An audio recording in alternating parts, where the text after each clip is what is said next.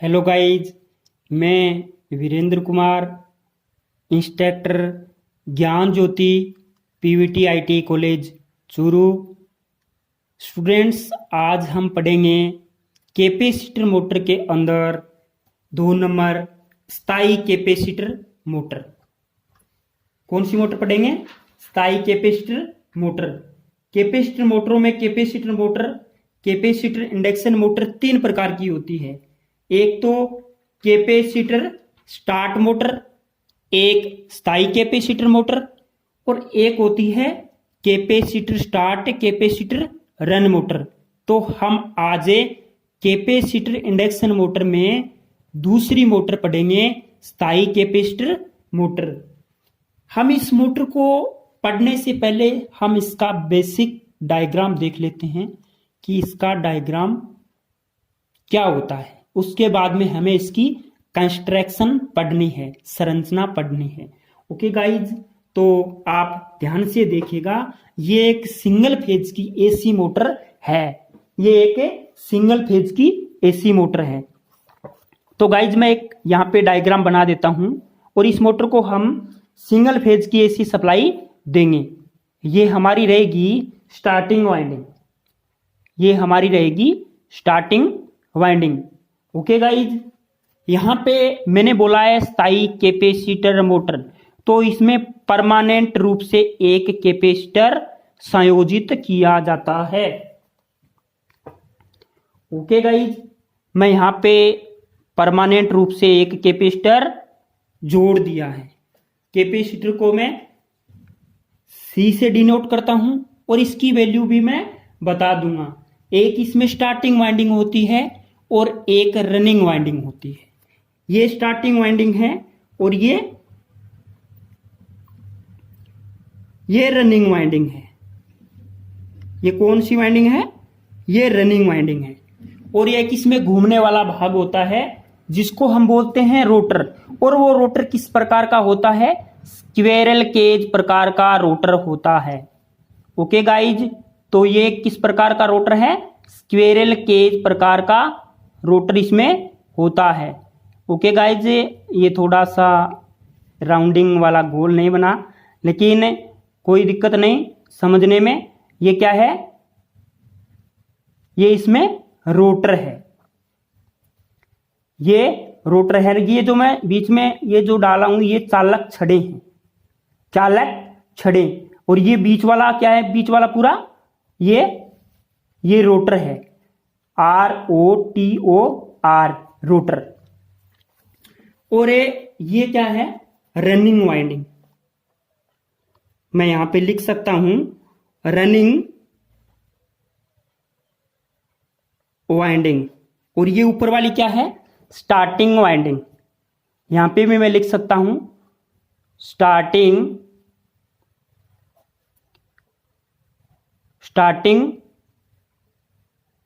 Winding. और ये running winding. और मैंने ये पहले भी बताया है कि ये सिंगल फेज की एसी मोटर है। तो यहां पे ये क्या है? ये 2 सप्लाई के कनेक्शन हैं। तो यहां पे मैं क्या है? सिंगल फेज एसी सप्लाई दूंगा। Single phase AC supply, single phase AC supply. ये रनिंग वाइंडिंग, ये स्टार्टिंग वाइंडिंग, ये रोटर, ये कैपेसिटर। और मोटर का डायग्राम पूरा हो गया। इसी डायग्राम को ध्यान में रखते हुए हमें आगे बढ़ना है, आगे बढ़ना है और आगे पढ़ना है। मैं आपको बता देता हूं गाइज कि इस मोटर के अंदर ये जो कैपेसिटर लगा हुआ है, संधारित्र। कैपेसिटर को क्या बोलते हैं? संधारित्र। इसकी किस क्षमता का होता है ये? तो गाइज मैं यहां पे लिख देता हूं। ये होता है, इसमें जो कैपेसिटर लगता है वो लगता है 2.2 माइक्रोफेरेड से 10 माइक्रोफेरेड। 2 माइक्रोफेरेड से 10 माइक्रोफेरेड का कैपेसिटर लगता है। ओके गाइज, जो पंखे में मोटर काम में ली जाती है वो यही मोटर होती है। सीलिंग फैन में काम में ली जाने वाली मोटर होती है स्थायी कैपेसिटर मोटर, और उस मोटर में जो कैपेसिटर लगता है उसकी क्षमता, उसकी धारिता होती है 2.5 माइक्रोफेरेड। धारिता का मात्रक या संधारित्र धारिता का मात्रक फेरेड होता है, लेकिन छोटा मात्रक माइक्रोफेरेड होता है। अगर 2 माइक्रोफेरेड को मैं लिखूं तो ऐसे भी लिख सकता हूं, 2 × 10⁻⁻6 फेरेड, ये भी मैं लिख सकता हूं। तो गाइज हमें यहां पे पहले डायग्राम का नाम लिख देते हैं कि डायग्राम किस चीज का है। डायग्राम, ओके गाइज, तो ये है स्थायी कैपेसिटर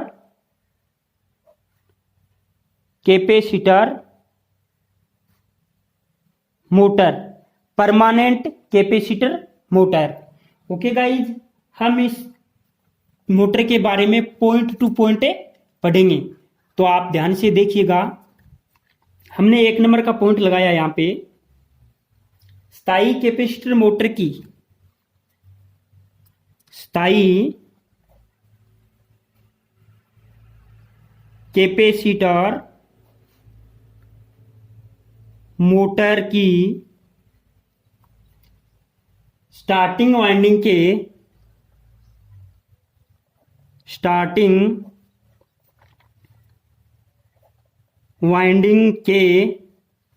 ये स्टार्टिंग वाइंडिंग है, स्टार्टिंग वाइंडिंग के श्रेणी क्रम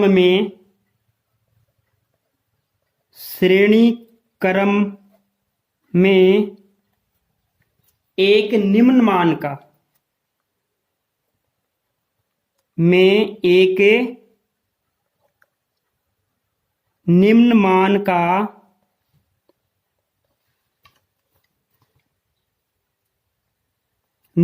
का जिसके कोष्टक में लिख देते हैं 2 माइक्रोफेरेड से 10 माइक्रोफेरेड का संधारित्र या कैपेसिटर बिना सेंट्रीफ्यूगल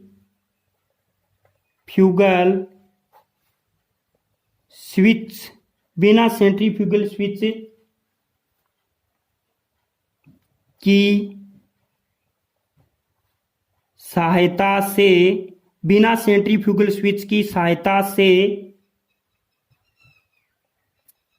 स्थायी रूप से बिना सेंट्रीफ्यूगल स्विच, इसके बीच में कोई भी सेंट्रीफ्यूगल स्विच नहीं लगा हुआ होता। जबकि कैपेसिटर स्टार्ट मोटर होती है, उसमें ये जो कैपेसिटर यहाँ पे एक कैपेसिटर लगा हुआ होता है,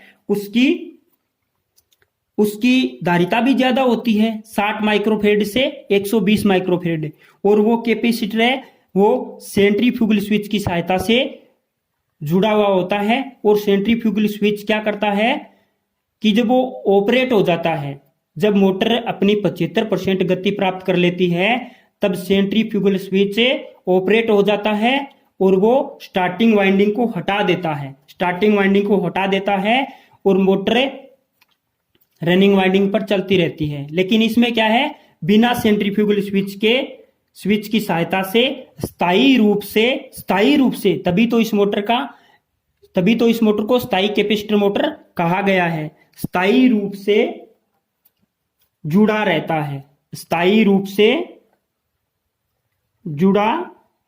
रहता है। पॉइंट टू पॉइंट पढ़ेंगे गाइज, इस पॉइंट को भी ध्यान से देख लीजिएगा आप। हम इसमें एक पॉइंट नोट लगा के लिखते हैं, इसी पॉइंट के अंदर नोट। इसमें इस मोटर में यानी हमें ये कैपेसिटर तो लगा हुआ होता है, लेकिन ये किस प्रकार का कैपेसिटर होता है, mica capacitor, paper capacitor, ceramic capacitor. तो कैपेसिटर के भी कई प्रकार होते हैं, तो हम देखते हैं कि इस मोटर में किस प्रकार का कैपेसिटर लगा हुआ होता है। जैसे हमने पीछे पढ़ी थी कैपेसिटर स्टार्ट मोटर, तो उसमें कैसा कैपेसिटर होता है, इलेक्ट्रोलाइटिक कैपेसिटर लगा हुआ होता है। लेकिन इसमें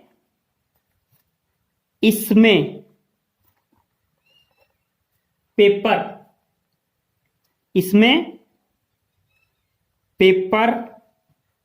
संधारित्र का उपयोग किया जाता है। इसमें पेपर संधारित्र का उपयोग किया जाता है।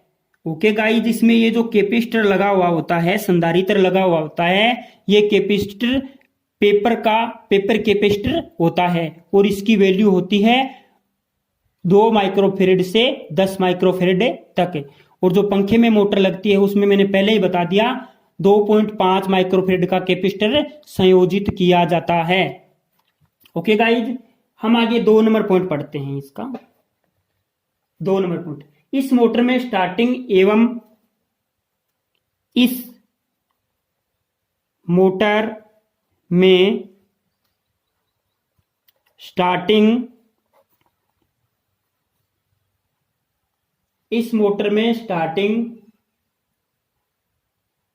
एवं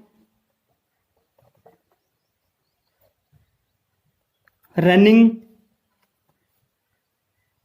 टॉर्क, यानी इस मोटर में जो स्टार्टिंग वाइंडिंग और रनिंग वाइंडिंग जो टॉर्क बनाती है, इस मोटर में स्टार्टिंग एवं रनिंग टॉर्क लगभग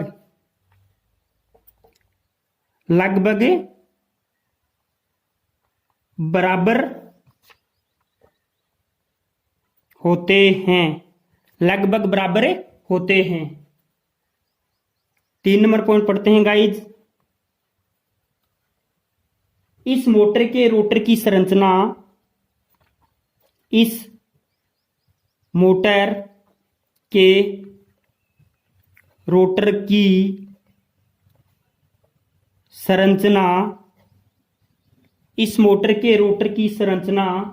स्क्वायरल केज रोटर के समान ही होती है।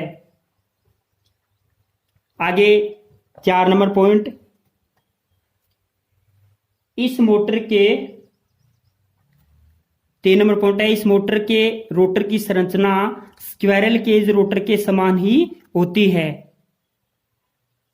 4 नंबर, सामान्यतः इस मोटर की स्टार्टिंग एवं इस मोटर की स्टार्टिंग एवं रनिंग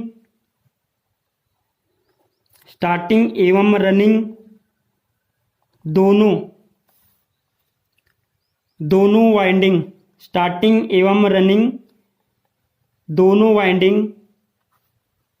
एक ही तार कहने का मतलब है कि ये जो तार है, तार की साइज एक ही तार, यानी एक ही आकार के तार के साइज, वाइंडिंग एक तार की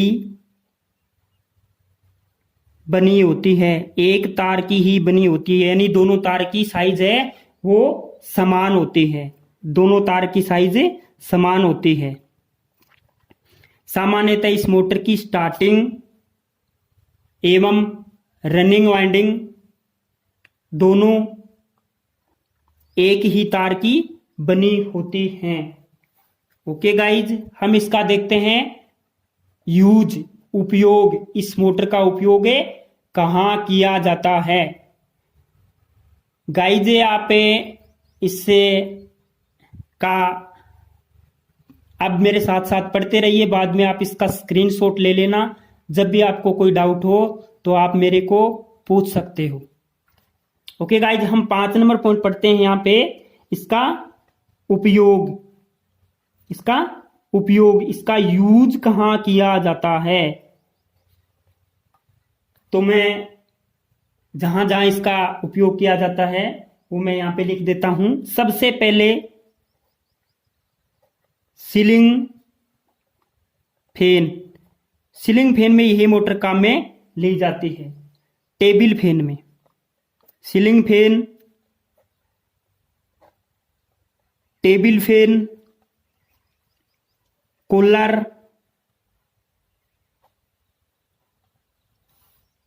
मदानी, दूध बिलोने वाली मशीन, मदानी में pressure tank pump, pressure tank pump इत्यादि में अधिकाधिक, यानी अधिकाधिक, अधिक से अधिक उपयोग किया जाता है। उपयोग किया जाता है, अधिकाधिक उपयोग किया जाता है। ओके गाइज, हम यहाँ पे नोट लगा के एक पॉइंट लिख देते हैं। सीलिंग फैन में,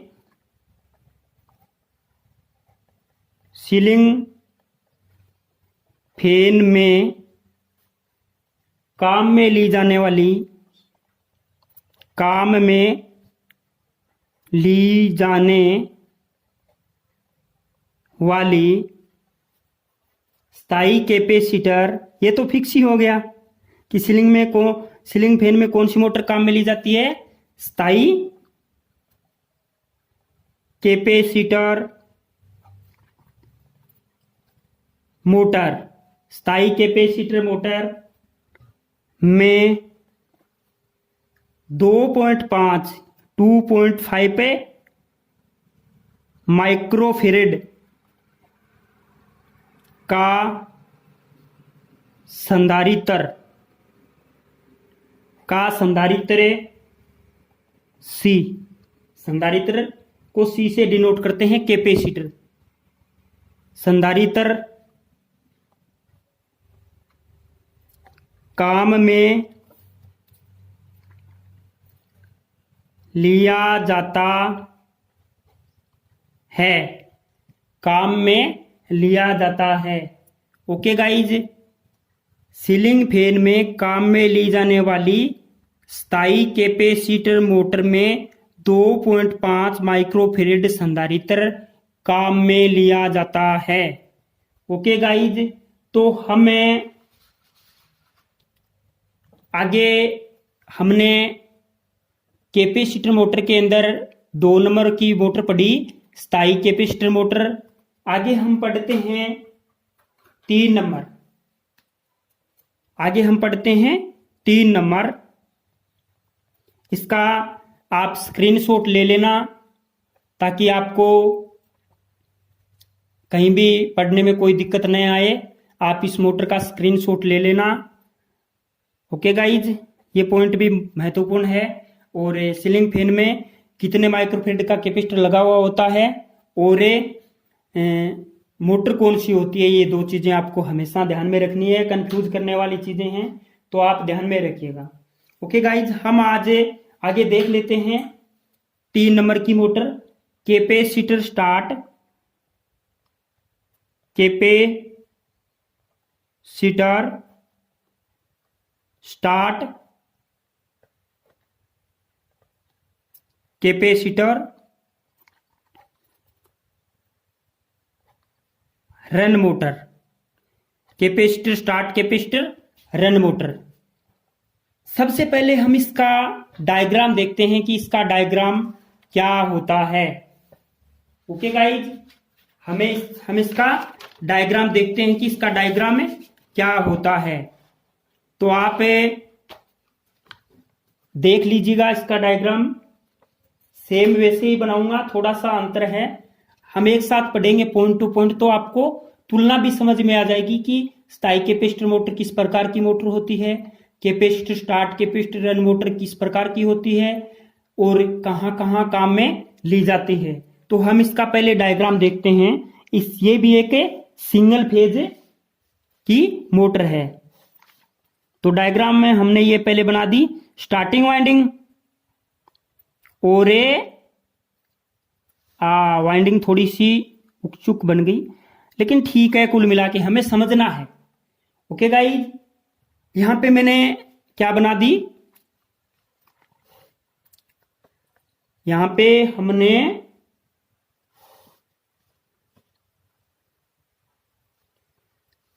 रनिंग वाइंडिंग बना दी।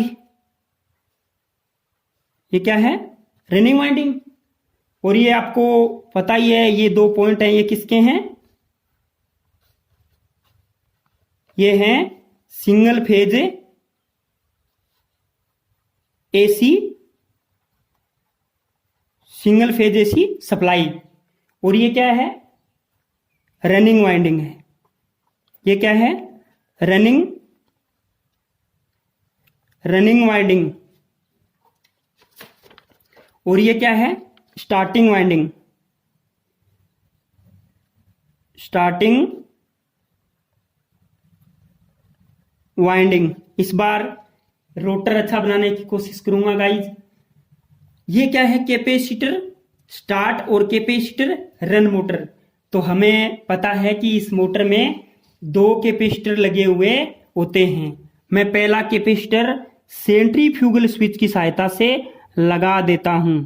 ये क्या है, पहला कैपेसिटर है C1 और वो सेंट्रीफ्यूगल स्विच की सहायता से लगा हुआ है। ये क्या है, सेंट्रीफ्यूगल स्विच है,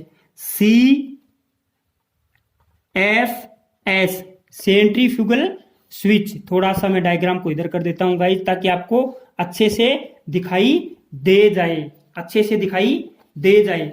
ओके गाइज, तो यह है सेंट्रीफ्यूगल स्विच, यह है सेंट्रीफ्यूगल स्विच। ओके गाइज, तो आप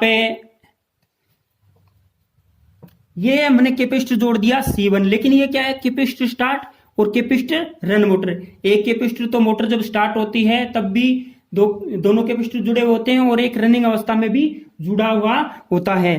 तो मैं एक दूसरा कैपेसिटर यहाँ पे और जोड़ देता हूं, जिसका नाम लिख देता हूं C2। ये क्या है, C1 और ये क्या है, C2। इस कैपेसिटर को मैं भी यहां जोड़ देता हूं। अब मैं इन दोनों की वैल्यू लिख देता हूं, इन दोनों की वैल्यू लिख देता हूं। ये जो कैपेसिटर है C2, इसकी वैल्यू होती है गाइज 2 माइक्रोफेरेड से 10 माइक्रोफेरेड। अगर आपको कहीं अलग इसकी वैल्यू मिले तो मेरे को बताना, मैं इसमें अच्छे से देख के आपको बता दूंगा। और इसकी वैल्यू होती है 10 माइक्रोफेरेड से 20 माइक्रोफेरेड, 10 माइक्रोफेरेड से 20 माइक्रोफेरेड,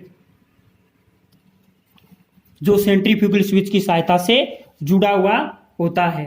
ओके गाइज, हमें यहां पे बनाना है रोटर। ये तो मोटर का क्या बना है, स्टेटर, जो स्टेटर के अंदर मोटर के अंदर वाइंडिंग की जाती है। हमने आपको प्रैक्टिकल के अंदर करवाया भी है कि जो मोटर होती है उसमें किस प्रकार की वाइंडिंगें की जाती है। ओके गाइज, तो हम यहाँ पे करते हैं, रोटर बनाते हैं। ये क्या है, रोटर है। और ये रोटर किस प्रकार का है, स्क्वेरल केज प्रकार का रोटर है, स्क्वेरल केज प्रकार का रोटर है। ध्यान से देखिएगा गाइज, स्क्वेरल केज प्रकार का रोटर है। ये चालक छड़े हैं और इनको दोनों तरफ से वेल्डिंग और ब्रेजिंग कर दिया जाता है। ये क्या है, रोटर। ये क्या है, रोटर। ओके गाइज, हम इसके बारे में आगे पॉइंट टू पॉइंट पढ़ते हैं। हमने इसका डायग्राम देखा इस मोटर का, हम इस मोटर के बारे में आगे पॉइंट टू पॉइंट पढ़ते हैं। ओके गाइज, तो हमने इसका पहला पॉइंट लगाया और इसमें देखा, हम इसमें पॉइंट टू पॉइंट पढ़ते हैं। कैपेसिटर स्टार्ट, कैपेसिटर रन,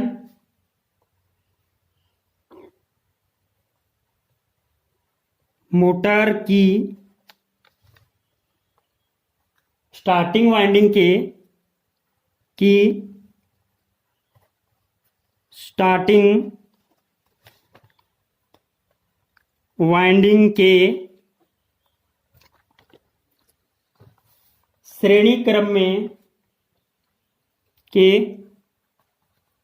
श्रेणी क्रम में दो समांतर संयोजित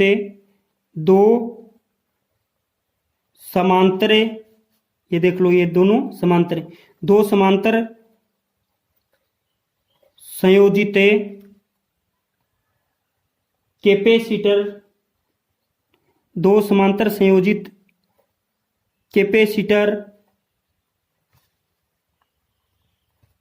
जोड़े जाते हैं, दो समांतर संयोजित कैपेसिटर जोड़े जाते हैं। ओके गाइज, जिसकी वैल्यू मैंने पहले ही बता दी है। आगे अगला पॉइंट लिखते हैं 2 नंबर। इस मोटर का स्टार्टिंग एवं रनिंग टॉर्क, इस मोटर का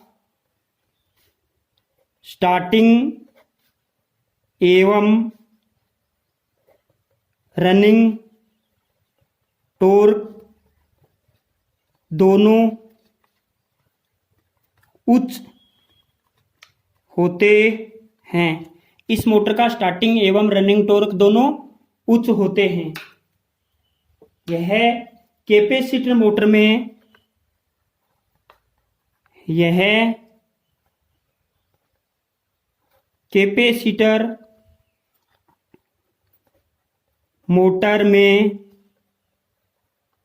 कैपेसिटर मोटरों में 3 प्रकार की मोटरें होती हैं। कैपेसिटर स्टार्ट मोटर, स्थायी कैपेसिटर मोटर और capacitor start capacitor run motor. तो यह कैपेसिटर मोटर में सबसे महंगी मोटर है। यह कैपेसिटर मोटर में सबसे महंगी मोटर है। ओके गाइज, हमें आगे 4 नंबर का पॉइंट लिखते हैं। स्टार्टिंग के समय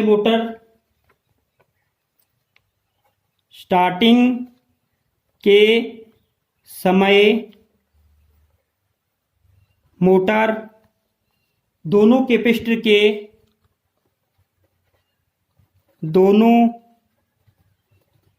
कैपेसिटर के समांतर क्रम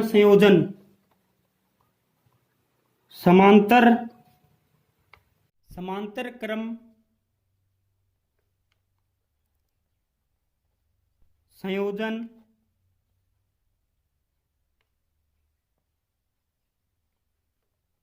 के साथ तथा समांतर क्रम संयोजन के साथ तथा रनिंग अवस्था में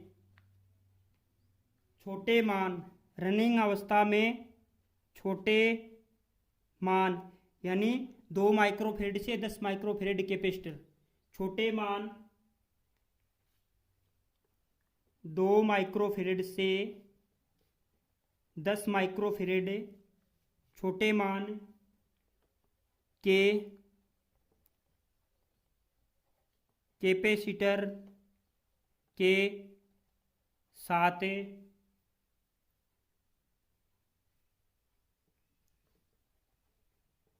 चलती है, कैपेसिटर के साथ चलती है। ओके गाइज, हमने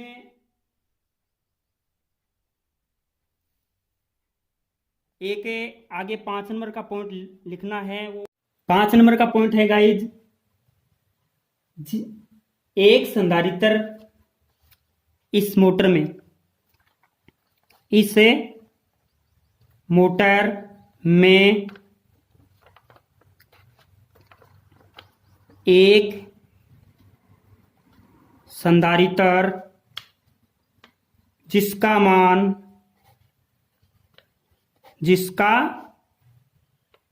मान 2 से 10 माइक्रोफेरेड है। 2 से 10 माइक्रोफेरेड है। स्थायी रूप से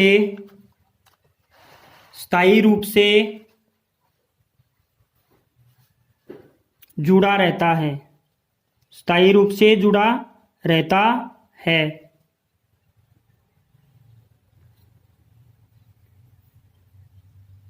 तथा दूसरा संधारित्र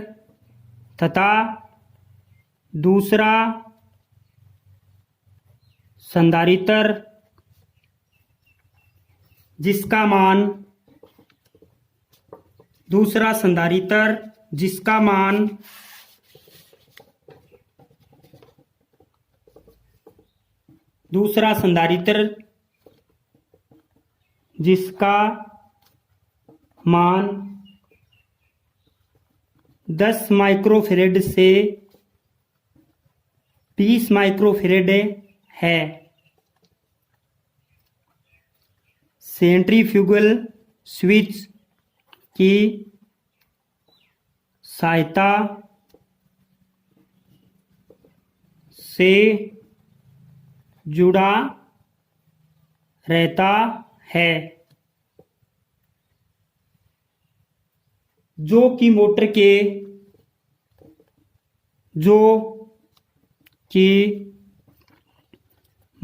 के 70% से 75% तक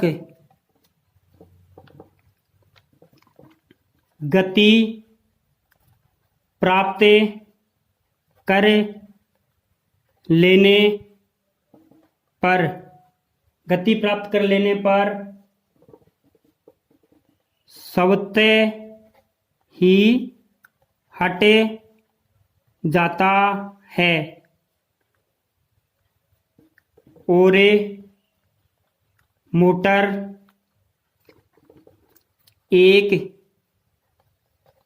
छोटे मान के संधारित्र के साथ चलती रहती है।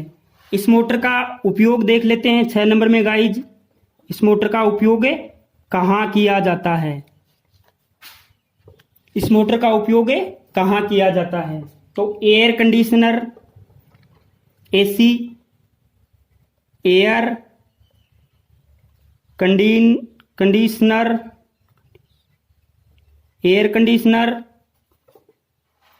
रेफ्रिजरेटर यानी फ्रीज में,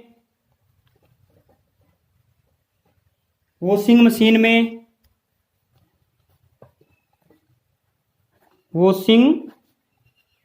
मशीन कपड़े धोने वाली मशीन में, लेथ मशीन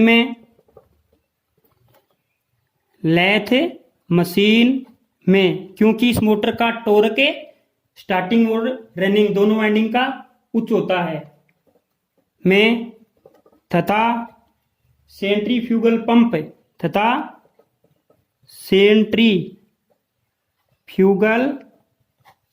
सेंट्रीफ्यूगल स्विच नहीं है, सेंट्रीफ्यूगल पंप इत्यादि में